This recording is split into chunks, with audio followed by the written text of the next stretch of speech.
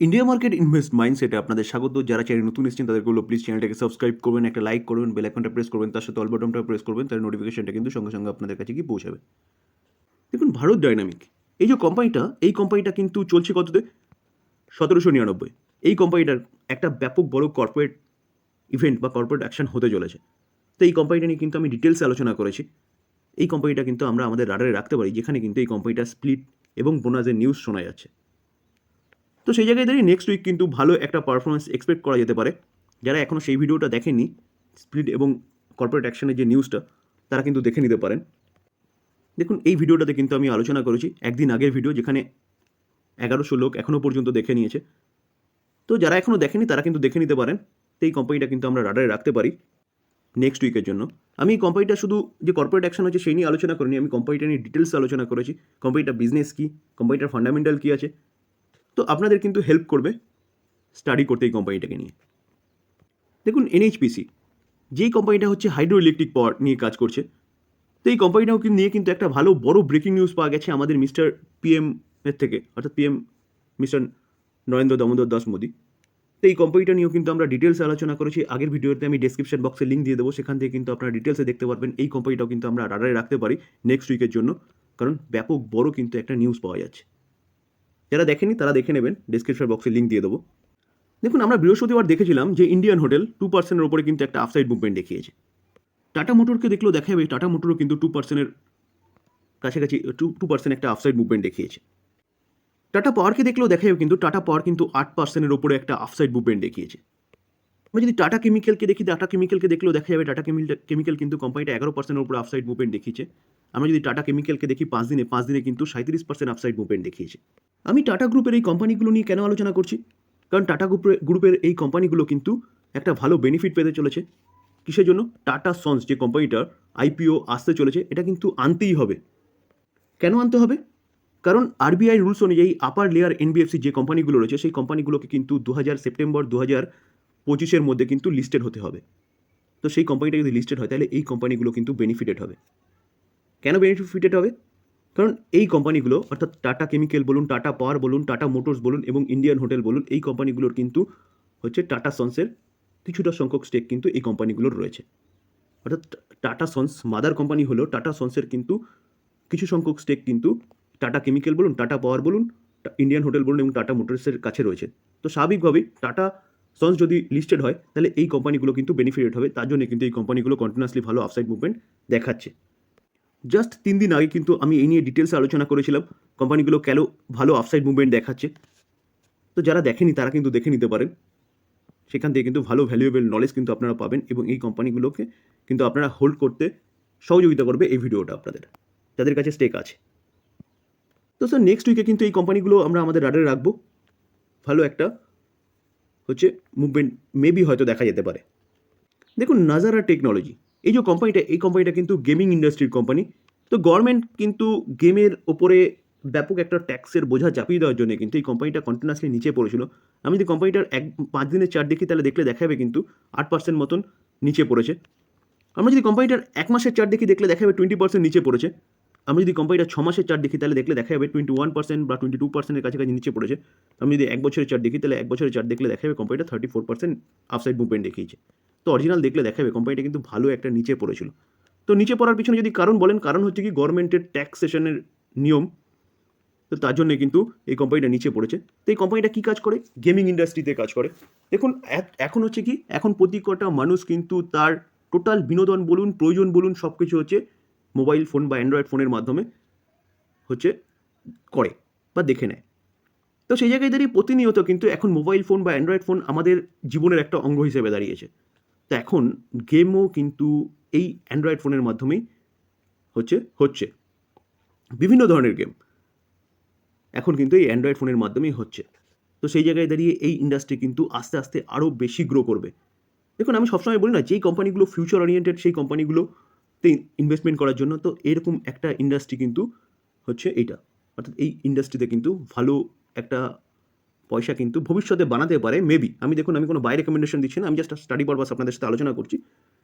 তো এই কোম্পানিটা কেন রাডারে রাখার কথা বলছি? এই কোম্পানি নিয়ে কিন্তু একটা ভালো নিউজ পাওয়া যাচ্ছে, চলুন সেটা একটু দেখে নিই। দেখুন, জিরোধার ফাউন্ডার 1,000 crore ওয়ার্থ মানে টাকা তারা কিন্তু এই নাজারা টেকনোলজির শেয়ারে ইনভেস্টমেন্ট করেছেন। জিরোধার ফাউন্ডার নিতিন কামাত এবং নিখিল কামাত এরা হচ্ছে কি এই ব্রোকিং হাউসের কিন্তু ফাউন্ডার, ঠিক আছে। তারা কিন্তু কত 100 করোড়, সরি আমি হয়তো 100 করোড়কে 1,000 করোড় বলে ফেলেছি।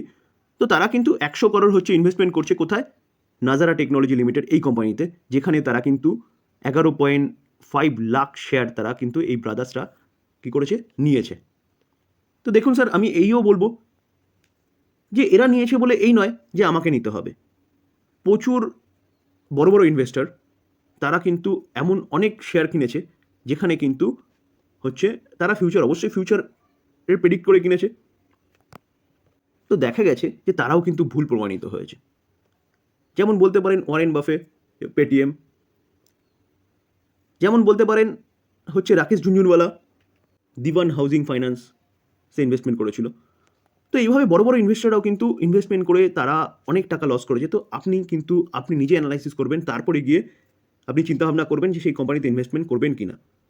কারণ যে কোনো বড় ইনভেস্টর তার ক্যাপাসিটি অনুযায়ী কিন্তু তারা ইনভেস্টমেন্ট করেন।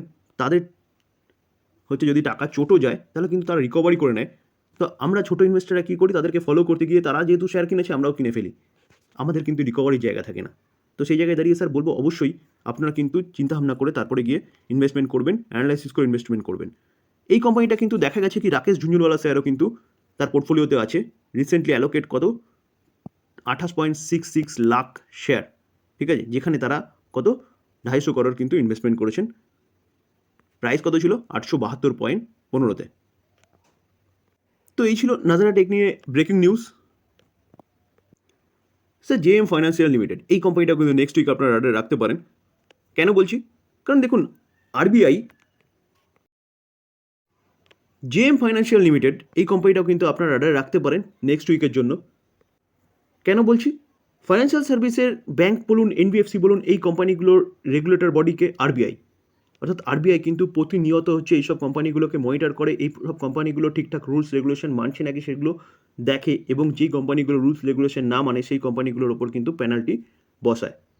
তো রিসেন্টলি আমরা দেখেছিলাম পেটিএর ওপর সেরকম একটা অ্যাকশন কিন্তু নিয়েছে, আইআইএফএল ফাইন্যান্স কোম্পানির উপর একটা অ্যাকশন নিয়েছে। তো এই জেএম ফাইন্যান্সের উপরও কিন্তু একটা অ্যাকশন নিতে দেখা গেছে, যার জন্য কিন্তু আমরা যদি দেখি তাহলে দেখা যাবে 5 দিনে কিন্তু কোম্পানিটা 10% মতন নিচে নেমেছে।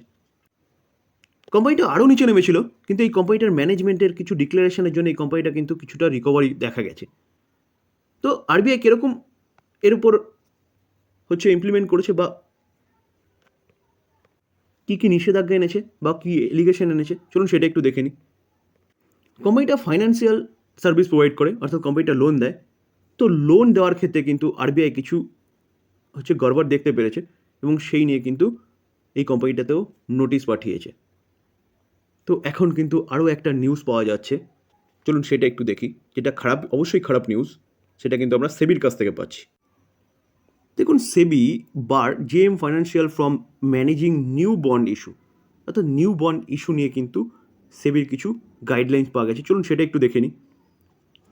দেখুন এই যে new mandate for bond issue, এটা কিন্তু অ্যালাউ করেছে 60 ডেজ এক্সটেনশনের জন্য ফর ডেথ ইস্যু। এই যে রেস্ট্রিকশনটা এনেছে, কে এনেছে? সেবি কিন্তু রেস্ট্রিক্টেড করেছে কাকে? জেএম ফাইন্যান্সিয়ালকে। দেখুন এই আর্টিকেল দেখলে দেখা যাবে সেবি কিন্তু এই যে ইন্ট্রিম অর্ডারটা এনেছে বৃহস্পতিবার, কার এগেনস্টে? জেএম ফাইন্যান্সিয়াল এগেনস্টে কিন্তু, যেখানে কিন্তু JM financial is permit to continue service as a lead manager for public debt issue for an additional 60 days, the market regulator said. তাহলে বোঝা গেল যে এই কোম্পানিটাকে থেকে কিন্তু এই কোম্পানিটার এগেনস্টে কিন্তু আরবিআই থেকে একটা নিউজ পাওয়া গেছে, খারাপ নিউজ। এখন কিন্তু সেবি থেকেও কিন্তু খুব একটা ভালো নিউজ কিন্তু পাওয়া যাচ্ছে না। তো সেই জায়গায় দাঁড়িয়ে কিন্তু এই জেএম ফাইন্যান্সিয়াল যে কোম্পানিটা, এই কোম্পানিটা কিন্তু নেক্সট উইকও আমরা রাডারে রাখতে পারি। এই কোম্পানিটার মধ্যে কিন্তু একটা হালচাল দেখা যেতে পারে। তো এই ছিল sir market related news. Next week কী কী ইভেন্ট হতে চলেছে এবং কিছু কোম্পানি নিয়ে আলোচনা করলাম। এই কোম্পানিগুলো আমরা নিউজ বেসিস আমাদের রাডারে রাখতে পারি নেক্সট উইকের জন্যে। আলোচনা এই পর্যন্তই। যদি আলোচনাটা ভালো লাগে, যারা চ্যানেল নতুন এসেছেন তাদের বলবো প্লিজ চ্যানেলটাকে সাবস্ক্রাইব করুন, একটা লাইক করুন, বেল আইকনটা প্রেস করবেন, তার সাথে অল বাটনটা প্রেস করবেন, তাই নোটিফিকেশনটা কিন্তু সঙ্গে সঙ্গে আপনাদের কাছে গিয়ে পৌঁছাবে। থ্যাংক ইউ, ভালো থাকবেন।